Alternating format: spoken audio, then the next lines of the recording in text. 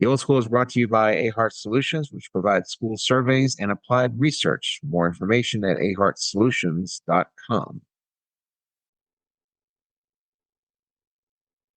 And good morning. Welcome to the Old School Podcast. 1 week shy of one of our favorite holidays, Thanksgiving. The Old School Podcast, a podcast about the American education system, but ultimately it's about anything we feel like talking about. And with me in this endeavor is my good friend, Dr. Stephen Bourgeois. Morning, sir. Here, Miller. It's good to see you again. Seems like I just saw you a few seconds ago. Yes, we had a myriad of issues that we had to sort out before we started back up again. So here we are. What are you doing? It's a kind of a brisk Saturday morning in November in Texas. I guess it is. You got me up before breakfast today. So here I am, and trying to find my mantra. And I don't You really, mean you haven't had breakfast already? It's 9 o'clock. well, no, I woke up and fell back asleep, but I'm drinking my breakfast right now. And it's not whiskey or anything. It's a quarter power. It's a high protein shake. Got to start the day with protein. Not a sponsor. What's that? Oh, sorry. Although, Yeah. if you would like to sponsor the Old School Podcast, please reach out to us Yeah. at your earliest convenience. We're excited about that idea. Let's get off with it here and now. Isn't it funny that 50 years ago, if you said the phrase "I'm drinking my breakfast," Yeah, it would just be understood that you have a serious problem. Because the assumption would be, as you alluded to, that you were already by 9 in the morning deep in your cups, as they used to say. I woke up in the morning and got myself a beer. Trying to hold my head in a way that doesn't hurt, or something like that. Well, isn't Thanksgiving your favorite holiday Isn't it?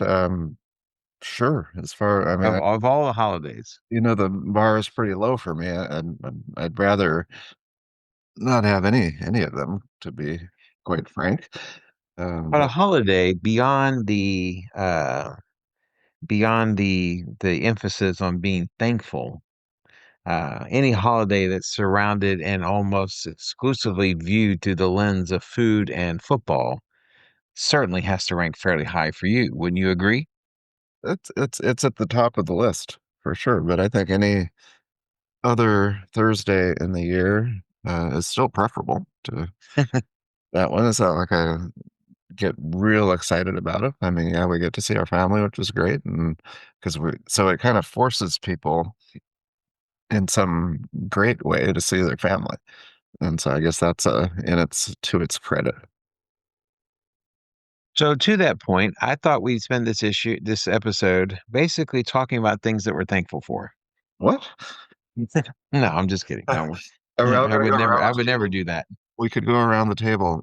Now that's the thing. If that ever happens, it becomes the worst holiday of the year immediately, no matter what good things are happening, because Lest you think these are just the ruminations of a bunch of curmudgeons who don't like to interact in a meaningful, emotional way with other people. It's a little bit like when someone throws out, I know what they're doing. We all know what they're doing. People who are trying to tie in the spirit of the holiday in a meaningful way to them. So what they'll do is they'll introduce a question. Let's go around the table and talk about what you're most thankful for. But it's not unlike when you go into a business, they say, "Hello, how are you doing?" And they do it almost sometimes not even without looking at you yeah, because it's an automated thing. It's a required thing. And so therefore it becomes a little forced and a little less organic and therefore a little less authentic and real. I don't like it. It's like thanking. I'd like to thank the students. You know, Jeff Whitmire, if you're out there listening, um, yeah, I'm or missing. or Makovsky. Anytime you have to do a forced bit of speaking, Yeah. it's something we lose it right there. But yeah, I don't ever want to have to say what I'm thankful for. Uh, And it's not that we do not express gratitude and thankfulness. glad to, It's just that we don't do it on command. right. I'm glad to be among the living. I would maybe start with that. Uh, Well, what were we talking because it about a minute ago? Oh, you were talking about Thanksgiving as a segue to something else. Is that where are well, we? no. So, first of all, for those who are interested to know, Yeah. we'll be doing a episode next week. I will be in Florida, and I think the episode is going to be about the state of Florida. I kind of a convenient segue to the intermittent series on the various states that we do. But the week after that, we got some guests coming up, some great guests coming up. We'll talk more about that next week. But yes, I leave tomorrow to drive to the Sunshine State of Florida. Uh, Oh, 10 days of a bunch of family and Disney World.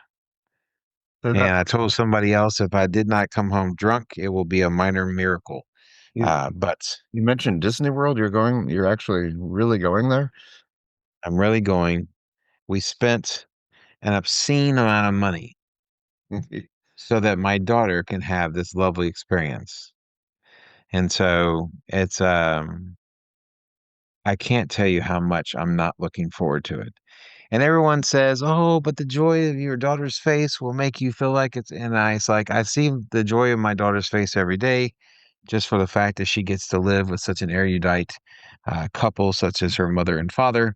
But apparently this is supposed to be something a little extra. And so You're going to need to we're change your going to game a we're little. going to effing Disney World. You need to be going in with a better attitude.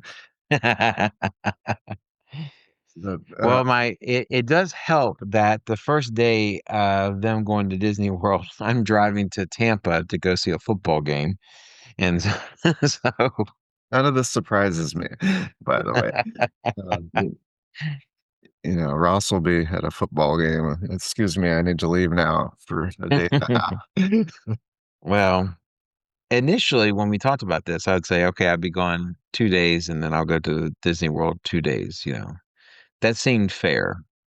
However, in the math that my wife did, it turned out not to be fair. And so it got knocked down to 1 day away and 3 days in the parks. So Okay.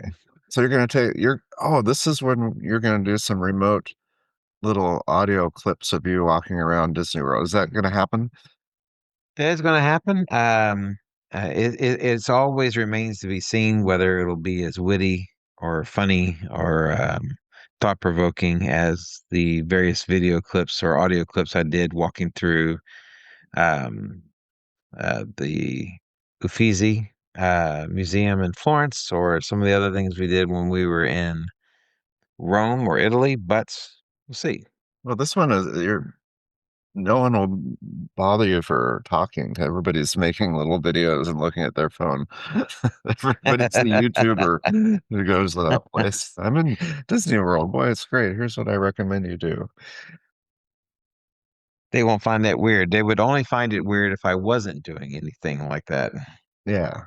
Well, they have a Those are the true sociopaths, the people that are just yeah. sitting there trying to absorb the experience without the aid of a video. They're known for their train system taking you in, and apparently it's pretty well. I've done it, so I remember that part was pretty well done. And they have this European. It's like you're really in Germany when you go there. All the trains run on time. Is that what you're saying?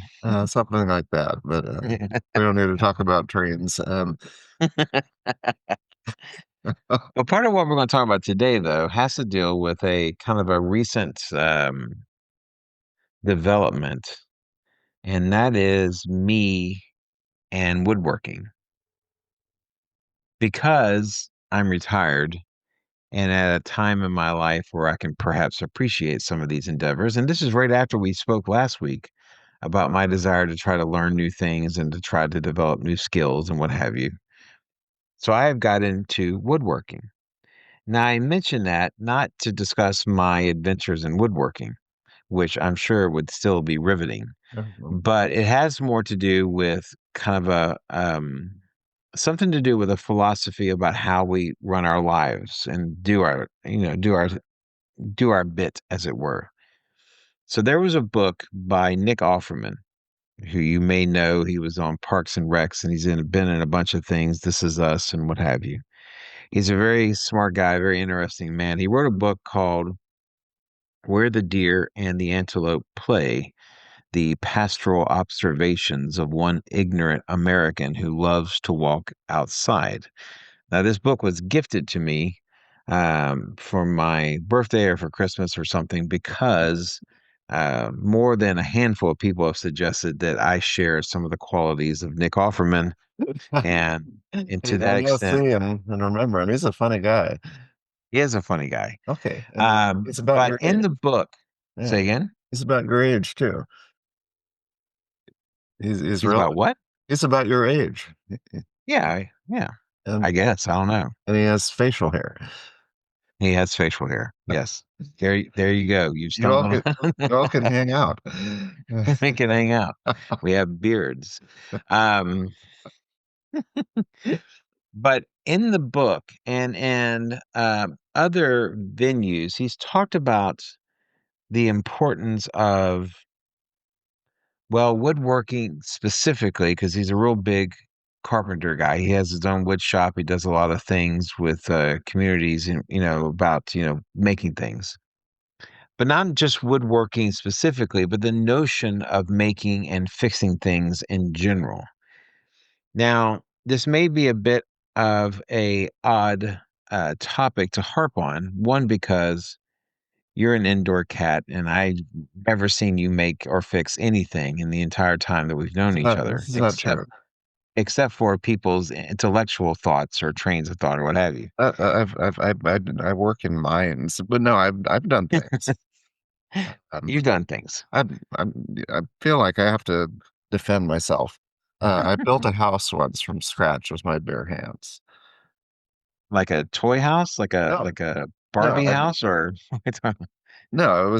It started out as a summer job, and it actually moved into a even part of the fall. But um, a man invited me to help him build a house from scratch, along with another guy. And so there were two guys who knew what the hell they were doing, and that was me. I was kind of the gopher, but I was in college at that point. And but then the two men had a falling out, and so I saw the project through with the man whose house it was going to be, and got pretty good at doing things.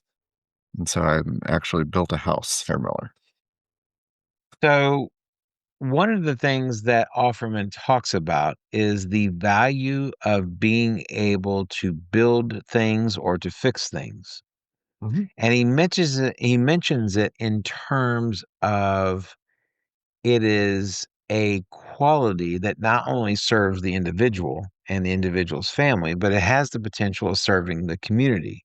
Hmm. That it's important to be able to know how to build things or fix things, because it goes to who we are as people, and that in order to be a complete person, his suggestion is that you have to know how to fix things or build things. Now, my history with this is a bit more spotty. When I was a kid, when I was a teenager, my father and I worked on cars, and so I could fix. This is before cars were loaded down with computers, and so where you could fix things. The idea of the under the tree mechanic. Where you just pop open the hood and you fix it yourself. And so, along with the notion of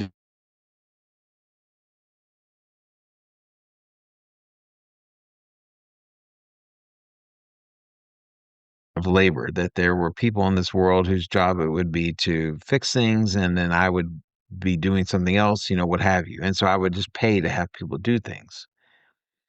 But what I found with the woodworking is that I've kind of reconnected with the joy of being able to put things together.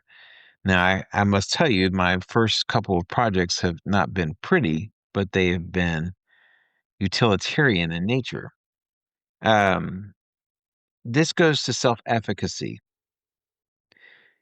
When you were fixing that house or building that house, was this a certainly it was a physical challenge and endeavor, but did you find something philosophical out of it? Or was it just a thing that you did?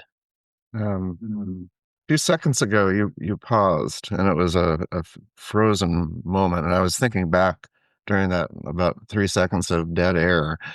That when I built that house, I basically grabbed tools and moved them in the right place. I learned to pound nails pretty well, so I'm actually surprisingly good at. But now my eyesight is not as good as it needs to be. Um, but um, but the one thing that I learned how to do was use a pipe vise. Can you believe it? I remember the word. Building Wow. a floor and putting the boards together, and so it was just one task that I had some autonomy. I think that's part of this. Most of it was, no, I wouldn't trust myself. I'm historically bad at fixing things, anything. It took me 2 days to put a grill together. I mean, actually 2 days all day. And it was a lot of cursing, and I think I actually threw the grill once into the grass. Um, so no, I'm incredibly bad, but I do remember the one time when I was working on something completely by myself, building that floor. I got confident, and I learned all the steps, and did that. So being left to your own devices to make mistakes, all of that, that's, I think, where you pick it up. But if you're just following somebody's instructions, so yeah, there's a difference between being a gopher and actually doing something, and you do build confidence, and eventually you think, okay, I can actually do this myself. So that's about the one thing I really remember, that I didn't internalize any of the other um, any other steps. Like I couldn't frame something. You could probably frame a small structure. um Mm. I could pound the nails. That's about it. Well, I think everyone's eyesight starts to run, starts to become an issue. Uh, with me, leaning over nails, what I need is I need one of those James Worthy like glasses, like a goggle Nobody thing. That kind nobody remembers James Worthy. of, You're but really, no, really old. But so but am I. actually, Join the you club. should be wearing protective goggles when you're outside in general. You Well, never know what could happen. outside. Yeah, anything could happen. You could be attacked. Um, I don't like Well, being no, I Ross. think about the idea of building stuff or making stuff. I think that it goes to a lot of things that we talk about, and that is those things that build confidence and those things that build I see that. a sense of assurance. And in once you tackle, and really, when you're talking about building or making things or fixing things, there's probably no one way of building confidence that has such a large amplifying effect. That you just don't fix something and go, okay, well, I'm glad that's done. What happens is that you're like, okay, maybe I can fix this now, or maybe I can fix this, or maybe I can build that. That with each fixing or with each building, it creates a level of confidence that catapults one into more complicated, more challenging, more difficult endeavors. And as each one is conquered, the confidence grows. And we talked about the idea of confidence building, not the crap that they try to do at teacher in-service training thing, but I'm talking about the notion of experiences that forces you out of your comfort zone a little bit, and it has the effect of creating a completely different person. We talked about that with regards to travel and exchanges. Well, I'm at a loss a little bit. Once again, when you were talking, my mind wandered this time. It's never happened before, Ross. But I was thinking about this whole house. This is the end of the podcast, actually. And I was thinking, what have I built around here on the outside, inside, and I joke about sitting on the front porch and taking up whittling or something, building figures, something more artistic. But I don't know. I mean, give me a list. What Well, we yeah, did talk about at one point the idea of building you a shed. a shed out in the Well, back. no, it's not called a shed. It's called a hut Oh, because you walk through a clearing and you get to the hut. That's right. And I think between the two of us, you would have done a really good job with that. it's just, Um, but and we were going to do it together. yeah, no, that would be fun. We could knock down the current one. That's what we were going to do. And because you're building a shelf now, right? You're a shelf maker. So I That's built the shelf, and I built it because I couldn't find something that I wanted that fit my needs, and so I decided to build the shelf. Mhm. I just built a tool wall in our garage. Nice. And so when we come back from Florida, I'm going to start building a workbench. And so I've kind of gone, the tool wall is very easy. You just, you buy a pegboard, you put some bracings on a wall, you clear a wall, and then you start. And the idea is that at some point I'm going to have enough tools that one, it will fill that tool wall. Right now it's like a quarter full because I'm still putting stuff up there. But but the idea is that, with each one of these things, that hopefully I'll start getting a little bit more um, complicated as far as my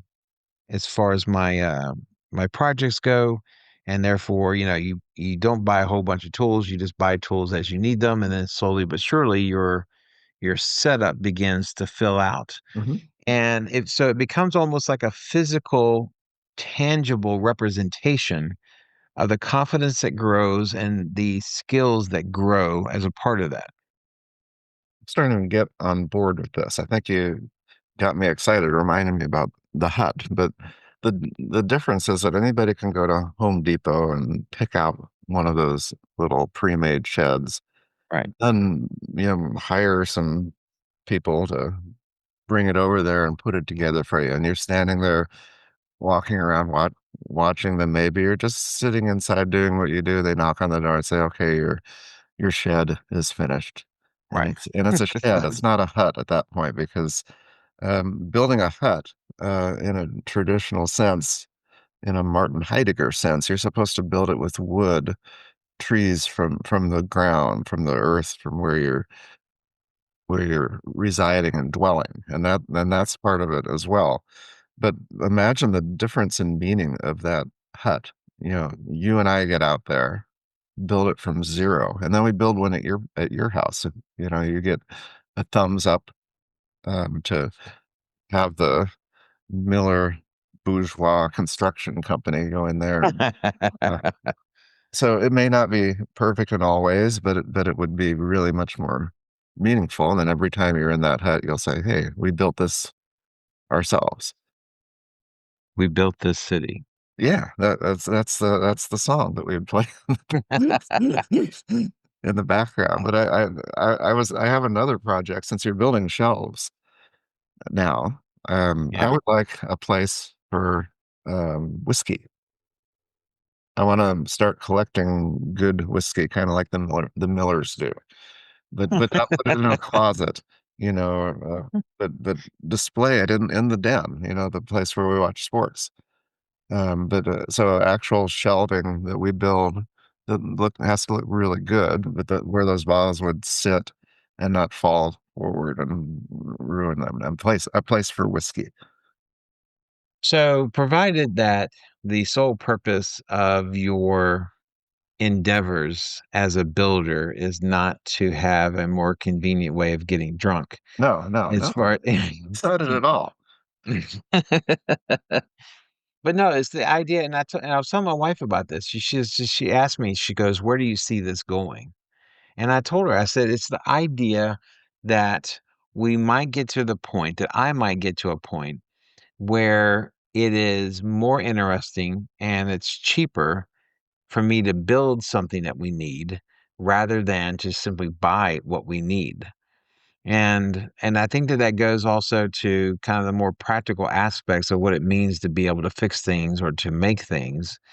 And my wife has done it. She's refurbished a bathroom. She's renovated a bathroom by herself. And so she knows kind of the thing that building things or fixing things provides for the individual. But I'm just thinking about it in terms of all the conversations that we've had about building self-efficacy, building confidence, building an awareness, building an assuredness in students. Um, and you think about the fact that wood shop and a lot of those skill sets are no longer present in our schools. Uh, and there's something here to talk about. Well, I was watching a program, and I won't be able to pull out the name of it, but it had to do with where people were happiest in the world. Mm, And the winner, like it is in education, the same place, Finland.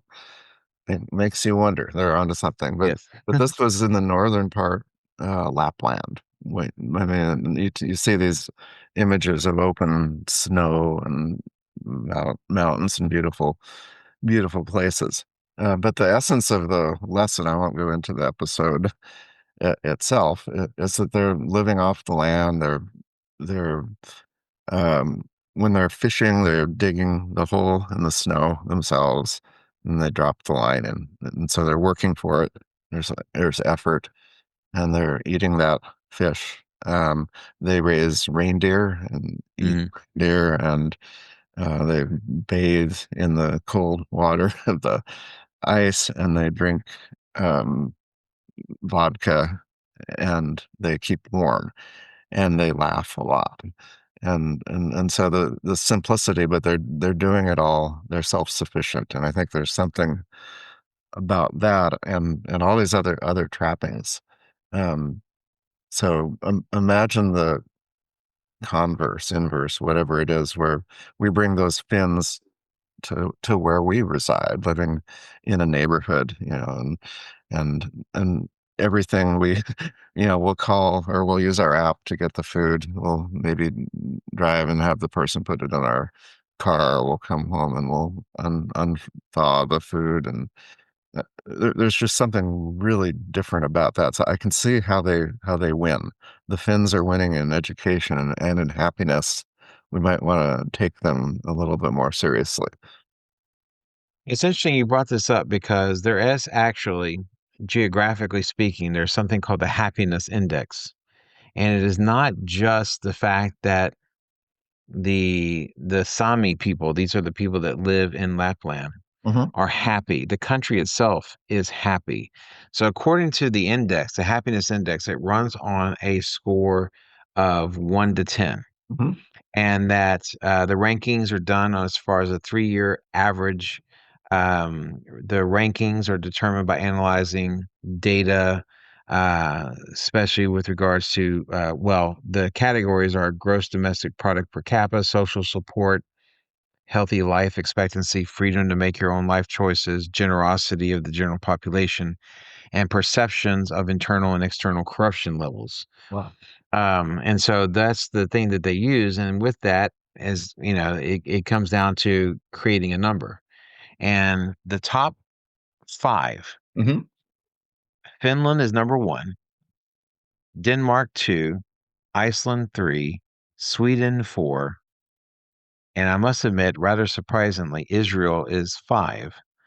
And that all of them are, and if you run out the rest of it, the top 10, the Netherlands 6, Norway 7, Luxembourg 8, Australia 9, Switzerland 10, that there's they what they've measured and what they've talked about is the degree to which other things infringe upon life experiences, the degree to which other things infringe upon life experiences. And this goes to your idea about the simplicity of what it means to just lead a life in a day to day existence, Hmm. and do so unencumbered by intrusions. And those intrusions can come in a couple of different ways: government corruption, technology, all those other things like that. And why it's not that the Scandinavian countries don't have technology, they just have a different relationship towards it. And this is what we see with regards to the happiness. And also part of the happiness, some of these countries have a not coincidentally, but some of these countries have a long-standing cultural tradition of woodworking and wood making. Whether you're talking about the notions of the Scandinavian countries, whether you're talking about Switzerland, whether you're talking about Israel, Israel was basically created as a set of communes that were designed to be self-sufficient and working together. And this is something else that Offerman talks about, is that what woodworking does for the community is it creates shared projects and Wow. it brings communities together. And um and for you and I, and for the history of this podcast, we have spoken a lot about the degree to which we live in our heads. But the problem is that while that's good knowledge and while that's important knowledge and while that is empowering knowledge, you run the risk of having something like Brook Farm. Brook Farm was a transcendentalist commune in the mid 1800s, and it was filled by all these transcendentalist intellectuals.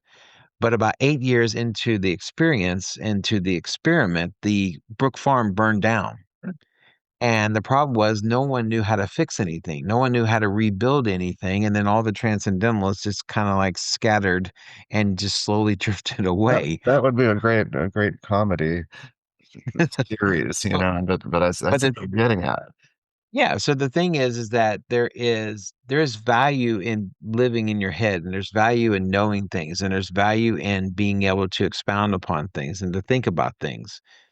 But even philosophy, Wittgenstein said that what does it matter if you think about this or that or the next thing if you're not doing anything with it? And so there's a practical element that sometimes is forgotten in the philosophical musings of one kind of discipline or another. And perhaps this can be a community type of thing. So what about the opposite? I mean, I'm looking at this list in the United States, and the version I'm looking at is number 24, right below the United Kingdom. And then there are all these other ones that are they're the Congo, Iran. Um, it, but I mean, the other thing that's obvious is the ones at the top are very much in the north in cold weather. Um, is there anything to that being self-sufficient because of the climate and the environment that they have?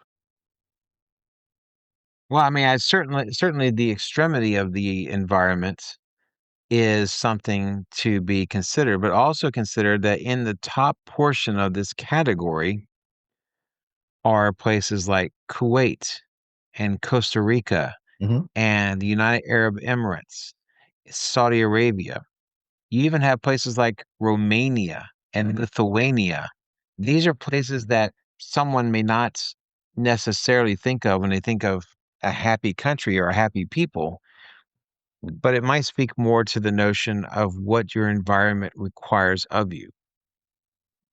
Well, the physiological idea of I mentioned the Finns dump themselves into ice water, in the morning to greet the day on a very cold morning to begin with. Uh, Right. but it releases a lot of endorphins and really, really good things. Um, but it's funny how your topic of woodworking and the the community part I really haven't really considered until the way you just expressed it. Um, but that's real important for longevity as well as being in a community and not completely isolated. So I bet that there's a strong positive correlation between this happiness index and longevity as well. Well, there are other places. It'd be interesting to overlay the happiness index with, have you ever heard of blue zones? I have. I was just thinking about the blue zones. And so the blues can you describe what that means? Well, those are the people with blue hair who are really no. It's areas where people live yeah, much longer than other places, and I was trying to initially find that parts of, say, Italy where they have a special type of wine. But it turns out that these areas, community is part of it, but also they often are on very steep incline, so they're doing a lot of walking up hills and so Mhm. forth. But I think that some of the things we're talking about carry over as well. And maybe you can give a little bit more how it connects to what we're talking about.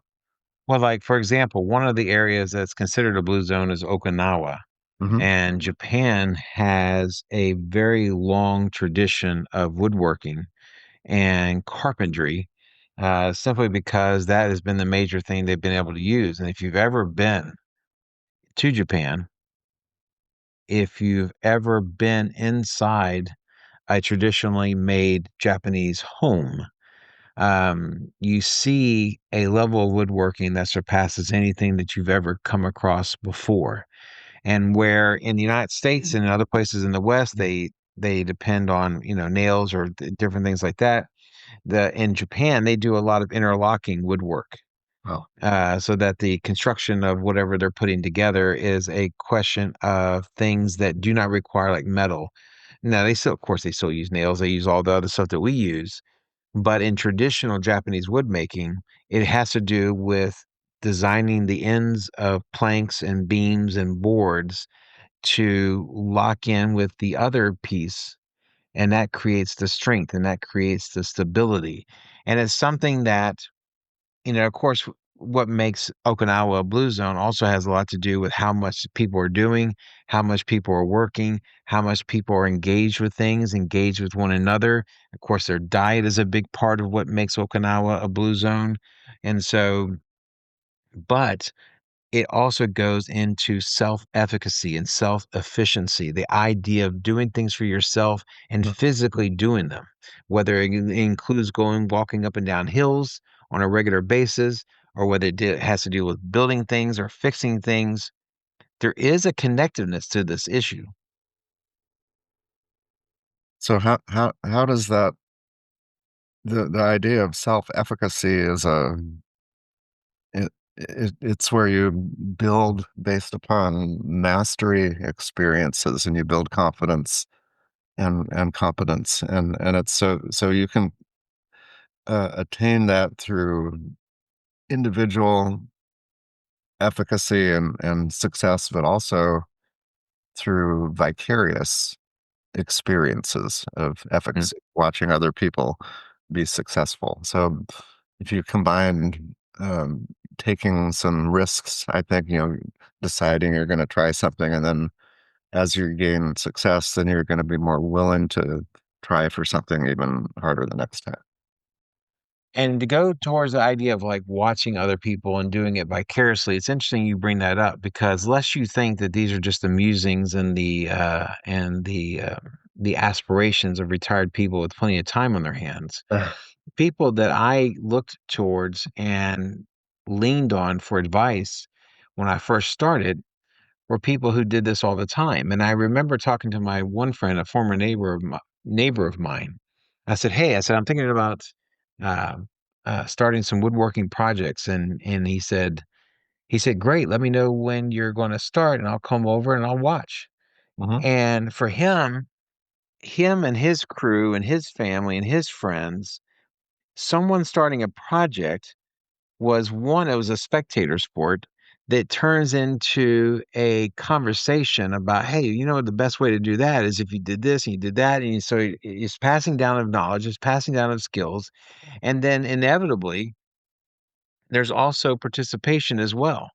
And I thought it was strange that he just because the way he framed it is just him coming over and watching me build this. And Yeah. I thought, well, that's kind of strange.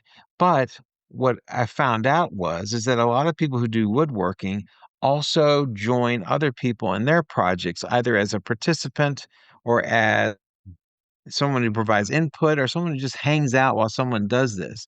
And here becomes part of the community aspect as well. People coming together, people working together to try to build something.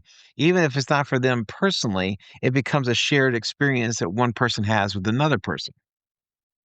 Wow, well, this brings together um, there an anecdote. My youngest son and I were putting up a TV, and that's not an easy thing to do, to mount a Yep. TV. And so following the instructions, I think we were uh, yeah, having to go into a beam, all this stuff to make it strong. And it was when my dad was living with us, and it was getting a little tense, holding it up, and there was cursing going around. I was feeling stuff. And I said, but he was in there, and I said, you might want to leave now. This is going to get pretty rugged. And he said, no, I want to watch. I thought he just wanted to have fun watching me freak out and all this, but maybe there's something about that idea that, when there's a job going on like that, watching it, there are people, I mean, maybe that, that, you see a lot of construction workers just sitting out there watching as Hmm. but I never thought about the idea of watching in community. People from the neighborhood, you know, would kind of come around and just say, "What's going on here?" And then they'll Yeah. offer their 2 cents, and that is community right there, Hmm. you know? Yeah. And I in my selfishness just want to get everybody out of here, I just need to get this thing done, and it's gonna be terrifying. But maybe being open to the community and those guys that come in there with their coffee and have a comment or 2. That is how people, work together and live together. Yeah, I think a lot of times people think of woodworking as a kind of a solitary thing, but Yeah.